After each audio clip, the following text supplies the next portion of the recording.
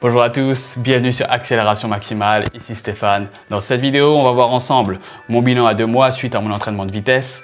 Pour rappel, lors du premier mois, j'avais assez significativement amélioré ma vitesse sur les différents tests en question qui sont premièrement un test de vitesse sur 10 mètres, j'avais amélioré ma vitesse de 4,048%, deuxièmement un test de vitesse sur 20 mètres où j'avais amélioré ma vitesse de 2,294%, troisièmement un test de vitesse maximale où j'étais plus rapide de 3,529% et quatrièmement des tests de vitesse multidirectionnels où j'étais plus rapide de 3,131% sur la version avec le premier virage à droite et de 4,577% sur la version avec le premier virage à gauche.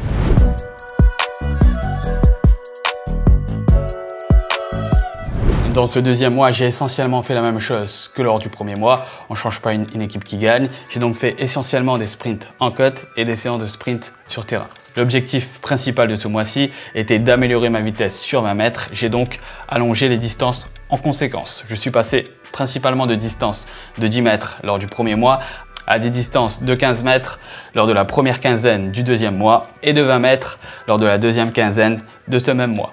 Vous avez à l'écran les séances que j'ai faites durant ce deuxième mois. Vous voyez que comme je viens de le dire, les distances ont changé, mais aussi par effet compensateur, les temps de repos ont également augmenté.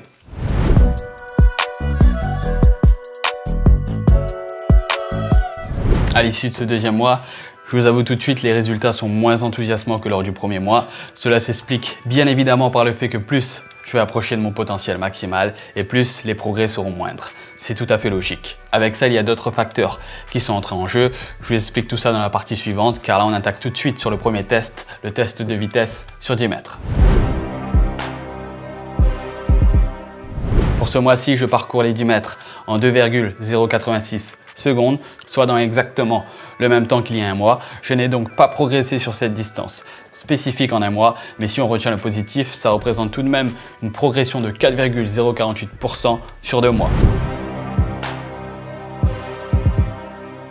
Sur 20 mètres, j'ai été capable de courir en 3,336 secondes ce mois-ci, ce qui représente une augmentation de 0,862% par rapport au mois précédent et surtout une augmentation de 3,136% par rapport à il y a 2 mois. Pour les tests de vitesse maximale, j'ai atteint une vitesse maximale de 31,802 km/h ce mois-ci, ce qui correspond à une augmentation de vitesse de 0,716% par rapport au mois numéro 1 et une augmentation de 5,165% par rapport au mois numéro 0.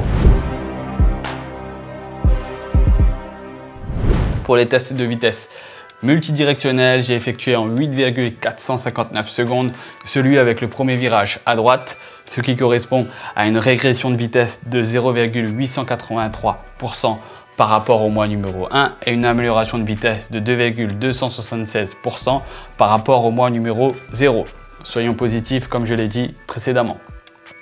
Pour la version avec le premier virage à gauche, j'ai été moins rapide de 0,372% par rapport au mois précédent, mais cela correspond tout de même à une augmentation de vitesse de 4,222% sur 2 mois. Il est à noter que concernant ces deux tests de vitesse multidirectionnelle, la pluie tombait un petit peu, ce qui a engendré forcément un peu plus de glissement sur les changements de direction et donc des temps moins rapides que lorsque le terrain est sec.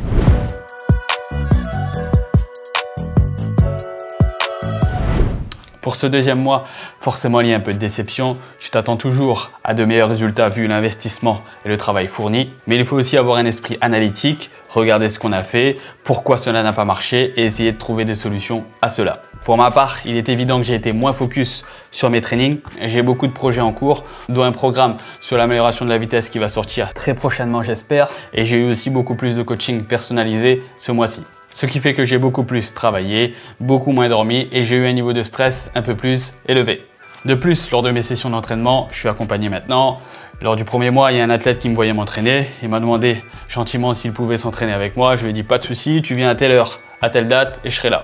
Le problème, c'est que j'avais un peu sous-estimé la puissance du focus et de l'intention dans une séance de vitesse. Comme je m'occupe de lui et que j'aime bien expliquer les choses, je perds forcément en concentration lors de mes propres sprints. Au lieu de sprinter avec un focus à 100%, je dois sprinter avec un focus, même inconsciemment, de 97 à 98%, ce qui me fait perdre en efficacité lors de mes sprints. Bref, le but n'est évidemment pas de se trouver des excuses, mais de bien identifier les problèmes pour trouver les solutions pour pouvoir atteindre mon objectif de 6% d'amélioration de la vitesse sur les différents tests en question. Rappelez-vous, dans la vidéo précédente, je vous avais dit qu'une amélioration de la vitesse de 2% en un mois était une excellente performance. Je suis très en retard sur certains tests. J'ai pas prévu de dormir beaucoup plus le mois suivant. Donc c'est un petit challenge très intéressant à relever. Voilà, c'est tout pour moi. Si la vidéo vous a plu, si elle vous a apporté quelque chose, likez-la, partagez-la. Abonnez-vous si ce n'est pas encore fait, activez la cloche. C'était Stéphane d'Accélération Maximale. Portez-vous bien, entraînez-vous bien et on se revoit bientôt.